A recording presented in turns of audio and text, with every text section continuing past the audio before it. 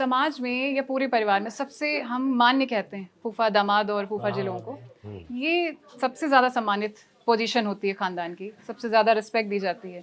ये क्यों इनसिक्योर होती है, क्यों इतनी डरी हुई होती है? इसको कौन सा डर होता है जो ये सारा रायता फैलाते हैं? सीरियस वे में ऐसी कौन सी इनसिक्योरिटी होती है इतने सम्मान के बाद भी? मुझे पता नहीं, क्योंकि मुझे कभी इतना सम्मान मिला नहीं घर में। तो आपने कहा था सीरियस जवाब दूं, लेकिन मेरे पास है नहीं। मतलब सारे वाकई फूफा मुझे जी इतना सम्मान क्यों मिला होते नहीं हैं? कभी घर में जितना हाँ, इस सीरीज में मुझे सम्मान मिला है।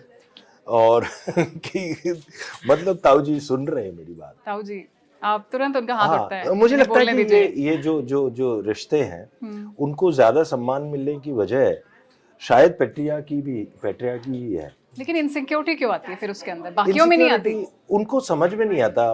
जो मेरा पर्सनल जो टेक था इसके बारे में, वो ये था कि शायद इनको समझ में नहीं आता कि मैं एक इंसान की तरह बिहेव करूं कि इस घर के दामाद की तरह बिहेव करूं। तो रोल प्लेइंग पे अटके रह जाते हैं वो, है ना? आप समझ रहे हो, एक रोल प्ले करते रह जाते हैं ना, जैसे अच्छा मुझे फूफा बिहेव करना है।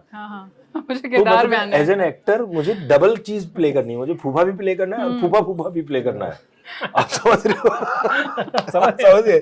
तो ये वो आम जिंदगी में भी जैसे एक दामाद है, कोई अब किसी के घर में आता है तो उसको लगता है कि अब वो एक नॉर्मल इंसान की तरह घर के बेटे की तरह आके रह सकता है, लेकिन उसको हर वक्त ये ख्याल रहता है कि यार मैं दामाद भी हूँ। दामाद जी ने तो कहा ये जो है। एक्स्ट्रा जो मुकुट पहना हुआ है ना इन्होंने, वो मुकुट शायद उतार नहीं पाते, इसलिए वो गड़बड़ होती है। हाँ, वही उनको फील कराता है। उसके लिए मुकुट ही कहना उपयुक्त है ना। हाँ, मुकुट कहना एकदम है। वो खाली कैप हेड नहीं है, वो मुकुट है जो दिख नहीं रहा है पर उसका बोझ उनको महसूस हो रहा है। वो उस तले दबे हैं और वो और उस तरीके से वो रिएक्ट कर रहे हैं, चौड़े होकर दिखा दिखा रहे हैं मैं दामाद हूँ, मैं फूफा जी हूँ।